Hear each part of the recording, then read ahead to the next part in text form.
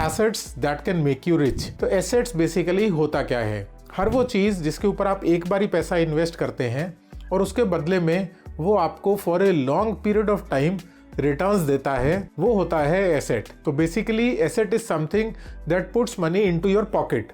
तो ऐसा हम क्या करें या ऐसे कौन से एसेट्स में इन्वेस्ट करें जिससे हम मैक्सिमम वेल्थ जनरेट कर सकें? तो इस वीडियो में हम बात करेंगे ऐसे 8 एसेट्स के बारे में that can make you rich and wealthy.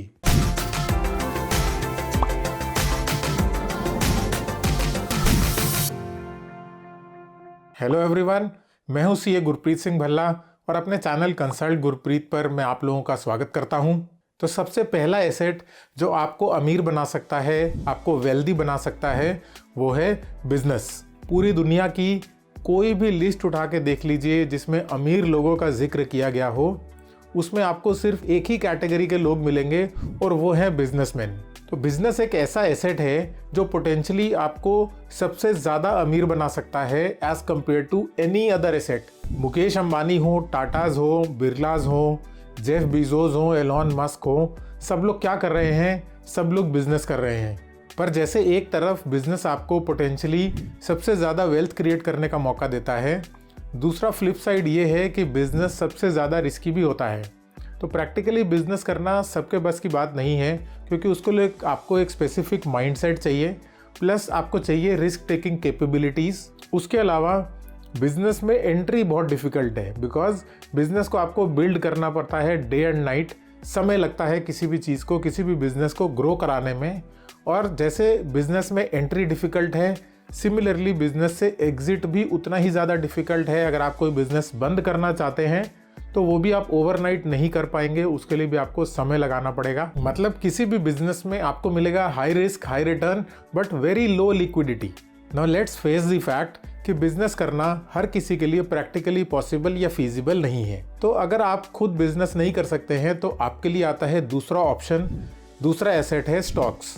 Stocks यानी कि किसी भी कंपनी के शेयर्स जो कि आप किसी भी स्टॉक एक्सचेंज से खरीद सकते हैं। और स्टॉक्स लेने से आप किसी एक पर्टिकुलर बिजनेस में ओनरशिप होल्ड करने लगते हैं। फॉर एग्जाम्पल, मुझे अगर लगता है कि कार्स मैन्युफैक्चरिंग करना एक बहुत ही अच्छा बिजनेस आइडिया है, बट बहुत हद तक मेरे लिए ये फीजिबल नहीं है कि मैं कार्स मैन्युफैक्चर कर पाऊँ, तो इस केस में मैं क्या करूँगा? मैं टाटा मोटर्स के या किसी दूसरी कार कंपनी के शेयर्स खरीद सकता हूँ और इनडायरेक्टली उनका ओनर बन सकता हूँ। जैसे जैसे वो कार कंपनी ग्रो करेगी वैसे वैसे मेरे शेयर्स का प्राइस बढ़ेगा। जैसे जैसे वो कार कंपनी प्रॉफिट्स अर्न करेगी वैसे वैसे हो सकता है कि मुझे उन स्टॉक्स पर, उन शेयर्स पर डिविडेंड भी मिले। तो स्टॉक्स में इन्वेस्ट करने के लिए आपके पास प्राइमरीली 3 ऑप्शन हैं। पहला ऑप्शन है कि आप किसी भी कंपनी के शेयर्स को डायरेक्टली स्टॉक मार्केट से परचेज कर सकते हैं, बट इसके लिए आपको चाहिए स्किल्स और बहुत सारी टेक्निकल नॉलेज। इसके लिए आपको ये पता होना चाहिए कि मुझे कौन से शेयर में इन्वेस्ट करना है। फिर आपको ये पता होना चाहिए कि शेयर्स में इन्वेस्ट करना इज़ रिस्की। तो अपने रिस्क को मिटिगेट करने के लिए मुझे डेट्स की तरफ, बॉन्ड्स की तरफ या गोल्ड की तरफ अपना पोर्टफोलियो डाइवर्सिफाई कितना और कब करना है। डाइवर्सिफिकेशन में मुझे कितना प्रोपोर्शन डेट्स में, इक्विटीज़ में और गोल्ड में इन्वेस्ट करना है। और ये भी पता होना चाहिए कि मुझे कोई शेयर जो मैंने ख़रीदा है उसको एक्चुअली में कब बेचना चाहिए, किस प्राइस पे बेचना चाहिए, या बेचना नहीं है तो अपने पोर्टफोलियो को मुझे कब कब रीबैलेंस करना है। तो अगर आप कॉन्फिडेंट हैं कि आप ये सारे काम कर सकते हैं तो स्टॉक मार्केट में डायरेक्ट इन्वेस्टमेंट करना आपके लिए बेस्ट ऑप्शन है। बट क्योंकि ये सबके लिए फीजिबल नहीं है तो दूसरा ऑप्शन आपके लिए आता है म्यूचुअल फंड्स। आप म्यूचुअल फंड्स में यही काम कर सकते हैं, बट शेयर कैसे चूज़ करना है, किस प्राइस पर बाय करना है, किस प्राइस पर सेल करना है, इस सब के लिए मेहनत आपको नहीं करनी पड़ेगी, रिसर्च आपको नहीं करनी पड़ेगी। उसके लिए जो फंड मैनेजर्स हैं आपके बिहाफ पर ये काम करेंगे। जैसा कि मैंने एग्जांपल लिया था कि अगर मुझे लगता है कि कार मैन्युफैक्चरिंग बिजनेस बहुत अच्छा है या आगे बहुत फ्लरिश करने वाला है, तो अब मैं किसी एक पर्टिकुलर कंपनी के स्टॉक्स ना खरीद के ऑटोमोबाइल सेक्टर के म्यूचुअल फंड्स में इन्वेस्ट कर सकता हूँ। इससे बेनिफिट ये होगा कि मुझे किसी एक पर्टिकुलर कंपनी के ऊपर इन्वेस्ट ना करके एक ग्रुप ऑफ कंपनीज, एक पूरे सेक्टर पर इन्वेस्ट करने का मौका मिल जाता है, जिससे कि मेरा जो रिस्क है वो मिटिगेट हो जाता है। लेकिन म्यूचुअल फंड्स में इन्वेस्ट करने के लिए भी आपके पास कुछ बेसिक नॉलेज होना जरूरी है कि आपको कौन सा सेक्टर चूज करना है, आपको कब बाय करना है, कब म्यूचुअल फंड सेल करना है, कब किस म्यूचुअल फंड में एक्स्ट्रा पैसे डालने हैं, कब म्यूचुअल फंड्स में इन्वेस्टमेंट स्टॉप करना है, ये सारी चीज़ें भी पता होनी चाहिए। क्योंकि आज की डेट में भी म्यूचुअल फंड्स के थाउजेंड्स ऑफ ऑप्शंस हैं, हंड्रेड्स ऑफ कंपनीज हैं जो म्यूचुअल फंड्स लाती हैं, और उसमें थाउजेंड्स ऑफ म्यूचुअल फंड्स हैं जिनमें आप इन्वेस्ट कर सकते हैं, जो कि एक आम आदमी के लिए जनरली बहुत कंफ्यूजिंग हो सकता है। और बहुत सारे लोग पास्ट ट्रेंड्स को देखते हुए या टॉप परफॉर्मिंग म्यूचुअल फंड देख लेते हैं कि 2022 का टॉप परफॉर्मिंग म्यूचुअल फंड कौन सा है, और उस म्यूचुअल फंड में पैसा डाल देते हैं, जो कि प्रैक्टिकली सही तरीका नहीं है। और अगर आप इतनी भी मेहनत नहीं करना चाहते, ये सब चीज़ों से भी दूर रहना चाहते हैं, आप बस ये चाहते हैं कि मुझे कोई मेहनत ना करनी पड़े और मेरे बिहाफ पर कोई मेरे फंड्स को मैनेज कर दे, कोई मेरे पैसों को इन्वेस्ट कर दे ऐसी जगहों पर जो कि सेफ़ हो, सिक्योर हो, मेरी ज़रूरत के हिसाब से हो और बिना मेहनत किए मुझे एक अच्छा रिटर्न मिल सके, तो आपके लिए आता है थर्ड ऑप्शन, और वो है ET money genius. ET money genius आपकी रिस्क टॉलरेंस के हिसाब से आपके इन्वेस्टमेंट होराइजन के बेसिस पर आपको डिफरेंट इन्वेस्टमेंट पोर्टफोलियोज ऑफर करता है। और ये जो पोर्टफोलियोज हैं वो किस में इन्वेस्ट करते हैं? ये इन्वेस्ट करते हैं basically domestic and international equities में, डेट फंड्स में और गोल्ड फंड्स में। फिर इस मिक्स को मार्केट सिनेरियोज के हिसाब से इस तरह से रीबैलेंस करते हैं, इस तरह से ऑपरेट करते हैं कि आपको मैक्सिमम रिटर्न्स मिल सके। और ये सब चीज़ें ईटी मनी का जीनियस करता है सो दैट आपको बेंचमार्क से बेटर रिटर्न्स दिए जा सकें। फॉर एग्जाम्पल, अगर ईटी मनी जीनियस की high growth mutual fund strategy में किसी ने पिछले 15 सालों में किन्हीं भी 7 साल इन्वेस्ट किया होता तो उसे 16.1% का अप्रॉक्सीमेट रिटर्न मिल सकता था। तो बिना टॉप फंड्स के पीछे भागे, बिना मेहनत किए हुए हर साल आप बेटर रिटर्न्स कमा सकते हैं, एंड उसके लिए आप ईटी मनी ऐप चूज कर सकते हैं। ईटी मनी की ऐप डाउनलोड करने के लिए लिंक नीचे डिस्क्रिप्शन में मैं दे रहा हूँ। आप उस लिंक के थ्रू ईटी मनी की ऐप डाउनलोड कर सकते हैं और जीनियस की सभी स्ट्रैटेजीज को एक्सप्लोर कर सकते हैं। अब आते हैं अपने थर्ड एसेट पे, और वो है रियल एस्टेट। जैसे बिजनेसेस एक्सपोनेंशियल ग्रोथ कैपेबिलिटीज़ के साथ आते हैं, वैसे वर्ल्ड के सबसे ज़्यादा मिलियनेयर्स जो हैं वो रियल एस्टेट से बने हैं। तो रियल एस्टेट में इन्वेस्ट करके आप बेसिकली 2 तरह की इनकम स्ट्रीम्स जनरेट कर सकते हैं। पहली तो ये है कैपिटल गेन्स, कि आप किसी एक पर्टिकुलर प्राइस पर एक प्रॉपर्टी को बाय करते हैं और कुछ टाइम बाद उसको एक पर्टिकुलर प्राइस जो कि उससे ज़्यादा होगा जनरली, उस पर आप सेल कर देते हैं।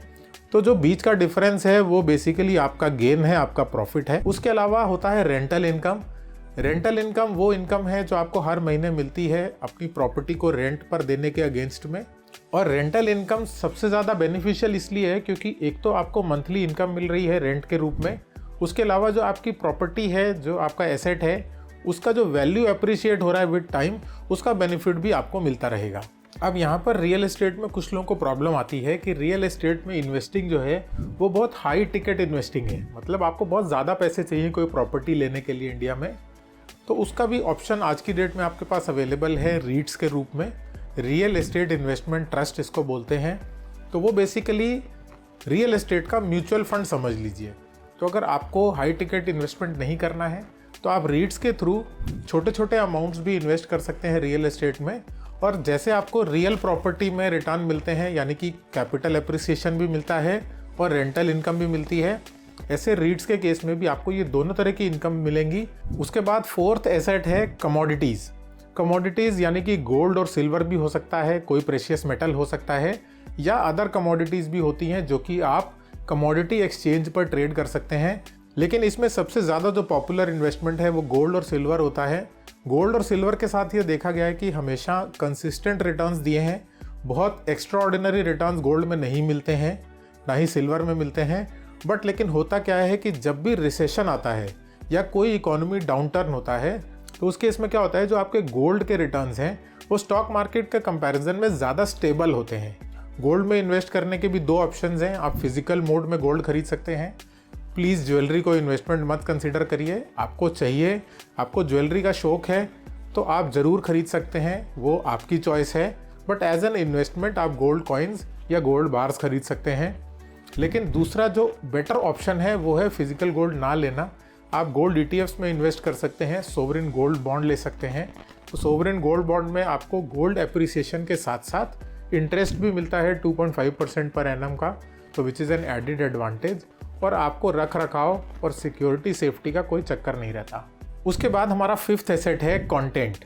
Yes, content. अब आप लोग सोचेंगे कि कंटेंट किस तरह का एसेट हुआ। तो आजकल की इस मॉडर्न वर्ल्ड में जहाँ पर बहुत सारी टेक्नोलॉजीज़ हमारे इर्द गिर्द हैं, तो कंटेंट एक बहुत अच्छा ऑप्शन है जिसको आप मोनेटाइज कर सकते हैं, बहुत अच्छा पैसा कमा सकते हैं उससे। अब कंटेंट में क्या क्या हो सकता है? कंटेंट में यूट्यूब वीडियोज़ हो सकती हैं, पोस्ट हो सकते हैं, आर्टिकल्स हो सकते हैं, आप लिख सकते हैं, बुक्स हो सकती हैं, ई बुक्स हो सकती हैं, डॉक्यूमेंट्रीज, मूवीज़, ये सब कुछ कंटेंट है।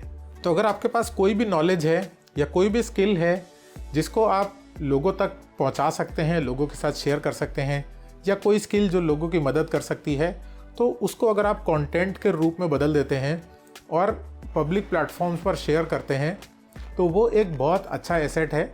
आपको इमीडिएटली रिजल्ट्स नहीं मिलेंगे किसी भी बिजनेस की तरह, बट अगर आप कंटिन्यूसली इस तरह से करते रहते हैं और आपके कंटेंट से लोगों की हेल्प होती है, तो over a long period of time वो भी अच्छा मोनेटाइज हो सकता है। आपको अच्छी रेवेन्यू इनकम्स, अच्छी इनकम जनरेशन हो सकती है वहाँ से।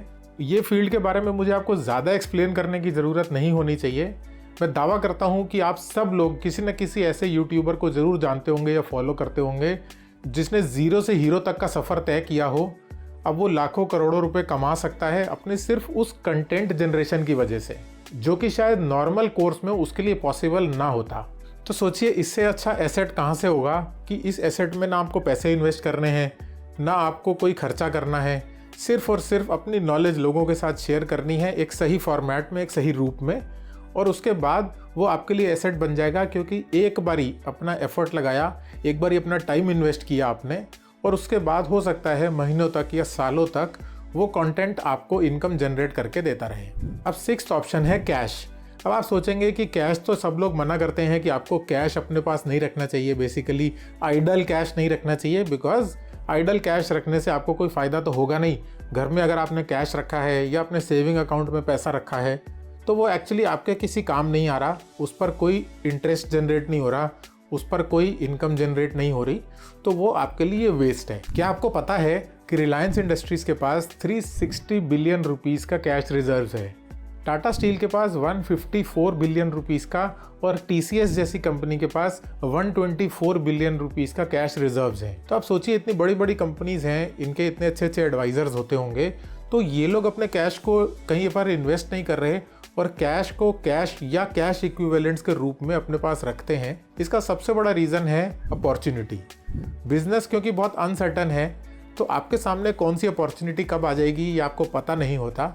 तो इसीलिए जो भी बड़ी बड़ी कंपनीज़ हैं जिनके पास ये मौका होता है कि वो कैश रिज़र्व कर सकें, वो कैश रिज़र्व ज़रूर रखती हैं, ताकि जब भी कोई सूटेबल अपॉर्चुनिटी मिले तो उस समय उनको इधर उधर ना देखना पड़े, उनको कैश जुटाने की ज़रूरत ना पड़े, उनके पास रेडिली अवेलेबल हो और वो उस बिज़नेस में, उस कॉन्सेप्ट में, उस आइडिया में इन्वेस्ट कर सकें। अब इसके बाद आ जाते हैं हमारे लास्ट दो एसेट्स पे जो जनरली लोग इग्नोर कर देते हैं, और ये एसेट्स आपके लिए इतने इंपॉर्टेंट हैं कि इन एसेट्स का रिटर्न आप भले ही मॉनेटरी टर्म्स में कैलकुलेट तो नहीं कर पाएंगे, लेकिन एक बात मैं दावे के साथ कह सकता हूँ कि अगर ये एसेट्स में आप इन्वेस्ट करते हैं तो आप ह्यूज रिटर्न्स कमा सकते हैं। तो नंबर 7 पर जो एसेट है वो है आप। जी हाँ, आप खुद। Invest in yourself. जितना जरूरी है कि एक्सटर्नल एसेट्स पर पैसा लगाना, एक्सटर्नल एसेट्स को टाइम देना, उन एसेट्स को बनाने के लिए मेहनत और दिमाग लगाना, उतना ही ज़्यादा ज़रूरी है कि हम खुद पर ध्यान दें।